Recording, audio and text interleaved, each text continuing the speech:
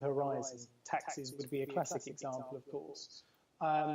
We tend to focus on the here and now. Do I have money? Have I sold something?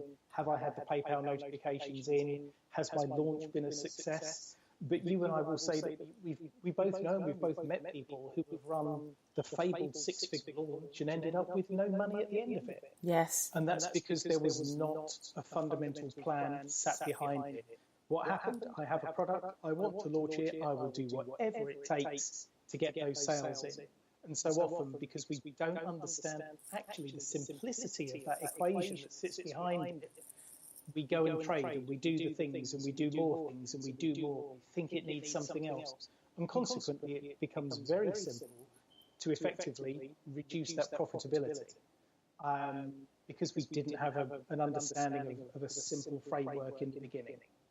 So you think it's really, really important then to have a business plan ahead of time, even on one launch, even on one single thing, you think it's important to have a plan? Like, how would you advise someone that says, okay, I've got this amazing product, I've got this wonderful thing, people have asked for it, I'm going to make my 6 figures from this launch. How would you get them to just plan a little bit ahead of time? Because there's such an excitement behind that, finding something that people love and wanting to put it out there, and then realising after months of working with people and months of doing things that you didn't make the profit that you thought way at the beginning. How can you help people, if you think, we talked about intention a little earlier, but how can people think about getting these things just done a bit more organised? It was interesting actually because you used the accountability word earlier on in your introduction. And I think that so often, because we don't have a frame, we tend to take action, then we take another action, then we take another action, and we lose sight of how these different actions actually add up. So, explain this. Actually having someone that can talk to you about your business model. Imagine planning a retreat, Sarah, as you say, you know, we both met at a live event. Yes. Imagine the planning that went into that. There were people in the room, tickets were sold, but there was room hire, there was catering, there were hotel costs, there were AV costs, there were video production costs, all these sorts of things that when you actually have someone who can talk you through your business model, interrogate what that business model looks like, you start to see some things for what they are. And this, to be fair, is actually where those layers of detail start to come in. But that again, it comes back to those 3 main headings, and let's break them down. What are the sales that you expect to get from ticket sales for that event? What sales maybe do you expect to get from things you're going to sell at the event, be that coaching packages or selling from the stage, obviously, as people would call it. And having that as being part of a plan that you think about, it's a little bit of the know before you go, I suppose, really. Yeah, definitely. Rather than just thinking, let's have an event, we're going to book a hotel, it'll all be fine. Of course, people will come, and of course, why leave that to chance? And I think that's the moment, and it's why I said earlier on, people aren't making the money that they should or could make in their business. And I think that it's important to recognise it's not just about making a profit, it's about making an efficient profit.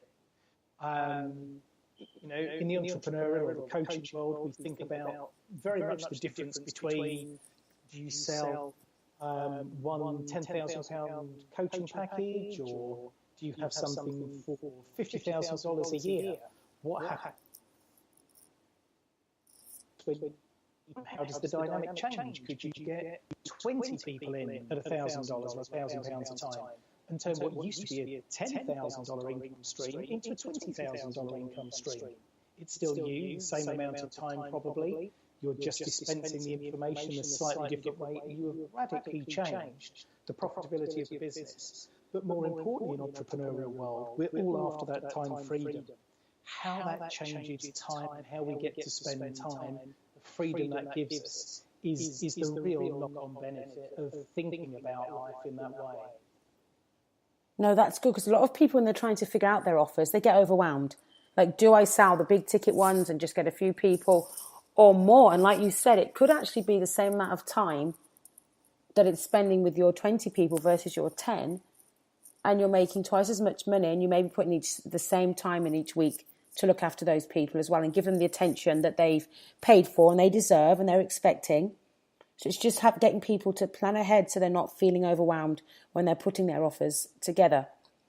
How can people offer their zone of genius when they have so much to offer? So a lot of the time in the entrepreneur space online, people are so good at so many things. How would you try and get them to think about focusing on what they're best at? How can people say, well, I'm really good at this. Oh, and I love this. Oh, and I'm really good at this.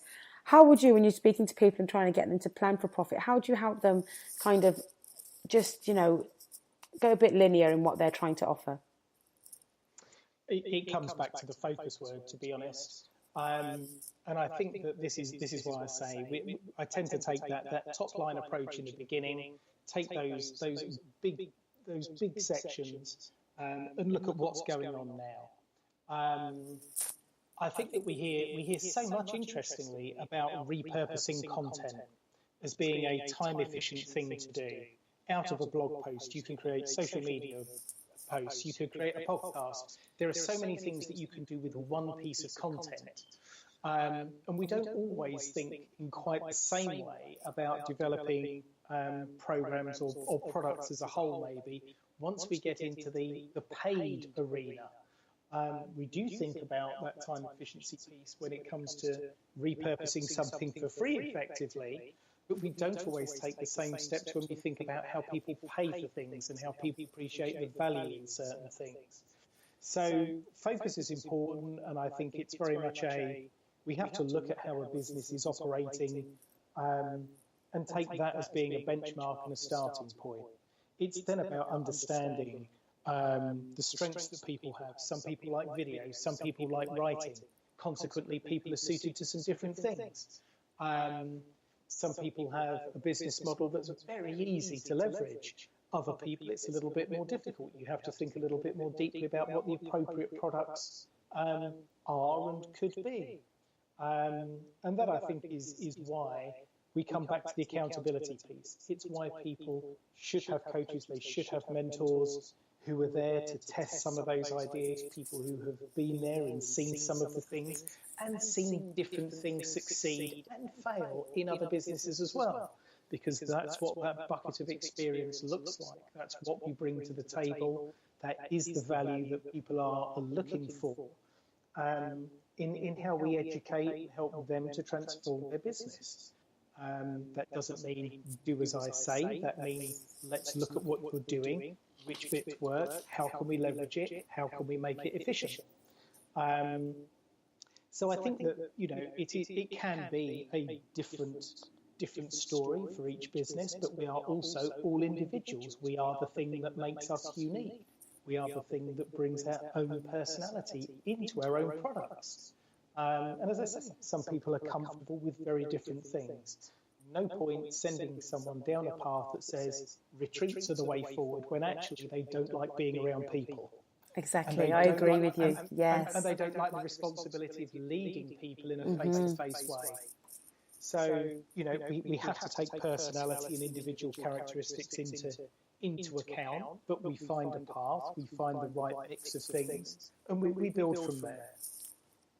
What I found very interesting about being involved more in social media in the last couple of years, and just given what you just said now about doing things that you love to do, I am a huge people person. So throw me into a middle of 50 people and I'm like, okay, who do I speak to first? I don't even know. But hey, I've got all day to speak to the other 49. So I love that interaction, those people. Okay, where am I going to start with this? But I know that some people are quieter. And what I've really seen looking at people's programs, looking at other coaches, looking at other trainers and what people are doing, it's really interesting to see that people are doing things that suits them. Like when I post a lot on social media, as you say, and a lot of my things is my brand and it's me on there. And a lot of people I've spoken to said, I cannot use myself on my brand. And I'm like, why? It's you. Get out and do that. And they get very nervous about that. And then they don't really want to. And then they do. Or they might use something else that talks about their brand. But it works for them. It really, really works for them. And I think that's really important when you're going into your zone of genius and going into different things. It's really great that now with everything that we're doing nowadays, we can really focus on what we're good at And people come your way given that. Do you know what I'm trying to say about people go that way and they go, okay, that person's for me. That person is for me, and that person isn't really going to work for me. I think that's not my person. And I think that's what I love about online. I would totally echo that. And I think our ability to see and experience different people in different ways. Yeah. Take copywriters, for example. Yes. Or photographers. Great examples where there are a multitude of people that you could use. Some people you will resonate with how they run challenges, with how they do their live stuff online. Other people have a sensitivity about them, or are industry specialists and they know the language. I used to work in the design and media world, and it used to get called a beauty parade, the whole pitching process. You effectively now, as an online entrepreneur, get to do that online from a distance and work out the people that you resonate with. Yes. Not everybody is for everybody. They're not, and that's what's really opened my eyes up to that. Yes. So I think to that extent, it is, as I say, the online entrepreneurial world has so many advantages over a traditional brick and mortar world, where people typically walk in through the same front door every day, sit down at the same desk in the same office, and bizarrely with the same people, of course.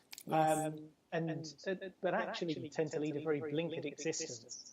Whereas I think the online world, one of the great problems that we face is that it's that sort of squirrel mentality of, oh, there's a thing, there's another thing.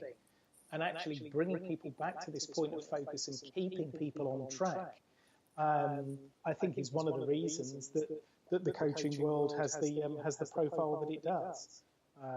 At the moment, but that's not to say that everybody's a good coach. Mentoring takes things a step beyond that as well. Yes. I think as well, you've got to, again, people have got to have an understanding. On my point, from a coaching standpoint, I'm very, very truthful in my delivery, is what I'm going to say. I'm not hurtful in what I say, but you will never have to come to me a few weeks later and say to me, Sarah, I wish you'd said that at the time, because I'm going to say it at the time. There's never going to be a sugarcoat where I go, oh, now that might just be too direct for some people, and maybe that's not sensitive enough. But it's worked really well because people have said, okay, now you're making me think, you're right. Look at that. I worked with somebody once and I was very direct with some advice that I gave her. And I kind of felt that she took a little bit of offence. So we ended our call and she called me back a day or two later and said, Sarah, I've been thinking. You're the only person in my life that tells me the truth, and I want to thank you for that. And it took her 2 days to kind of digest that. And she said, no one else has said what you said to me before, and now you've made me think, and I'm going to work on those areas that you told me that I should. Thank you. So that took 48 hours for it to sink in, and her actually thanked me at the end. But I didn't want to say, I'm guessing what everybody else in her life had said, is just tiptoe around that and sugarcoat that. So we have all got a different way of what people like about us, how that is, and and that's why the online, like you say, we kind of think the same thing about that, where you can really, really have so much choice and find the people that you want to follow, the people that you want to be around. And for me, within the online space, I've really found people like me. I really have. When I speak to them and we have conversations, I'm like, oh, that's what I think. And I didn't always find that in everyday life, I have to say. Really expanded by expanding my networking, being further out in the world, basically. There's lots of people I speak to, and it could be me speaking to myself. I'm like, wow, they're saying exactly what I want to say and what I think, and this is great. So I found it really, really wonderful to be part of that. Now, when you think of time and freedom, Jason, how would you describe that to clients based on how you feel with time and freedom, or what you're trying to help them create? How would you describe that? I think it is. I think again, it's important to recognise it's different things to different people. There is I will say, the Instagram world of the online entrepreneur who has a laptop on a beach and that's their life, and that is eminently possible in today's world. For some people, I think it's flexibility from a family perspective as well, but it can be flexibility around a work perspective. I think about how people adapt in the modern era and cope with childcare, mix of job, there's no such thing as a job for life anymore, pretty much, really. Yeah. And I think consequently, people who are in particularly employed roles,